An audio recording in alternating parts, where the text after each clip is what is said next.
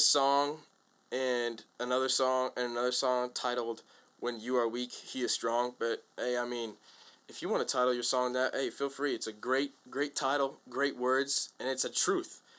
And so we're talking in Truth Tuesday today. When we humans, fleshly beings, are weak, He is strong. His mercy. I've been reading this book.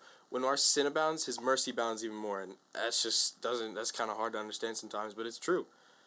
But one physical and kind of mental and emotional manifestation of our weakness is doubt. I actually just preached about this last week. Pretty good sermon, not recorded so you can't see it. I know everyone wanted to see it, but it's alright. But one physical manifestation of our weakness is doubt.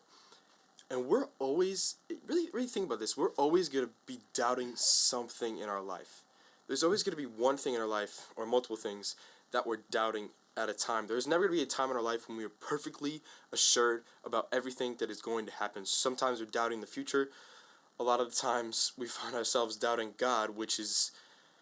Let me tell you a story about the Israelites really quick. So, God sent Moses, got Israelites out of Egypt, out of being enslaved in Egypt, and okay, they're walking towards... No, they're not walking toward... They're walking away from Egypt, which is key because they just had been freed. But the Israelites, after being freed by God, continue to doubt Him. They're like, well, since Pharaoh was really questioning this, should we really be scared? Because, Pharaoh could come capture us again, that might happen. And so they were doubting God as they were leaving Egypt, after God had showed how powerful He is again and again. And so now they're between the Red Sea and Egypt. Their worst fear came true. The Egyptians were coming after them. Still doubted God in the moment. And then God saves them. Who would have known?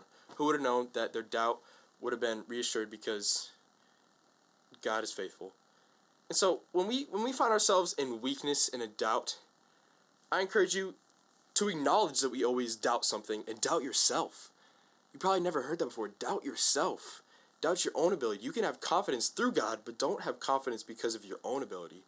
Doubt your human, fleshly ability. Because without God, we are weak. We are nothing. So rely on God.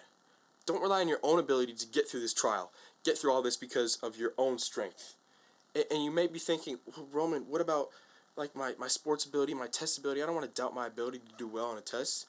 That's not what I'm saying. I'm saying rely on God in everything. Once you start to rely on God in everything, you'll find confidence to do well on exams and in sports and things and work because of God. You'd be like, thank you so much, God, for giving me this confidence. I wouldn't have found this confidence anywhere else but you. And that's the truth. So it's going to be hard to think about this throughout the day, but doubt yourself and rely on God. Because that's what it says in His Word.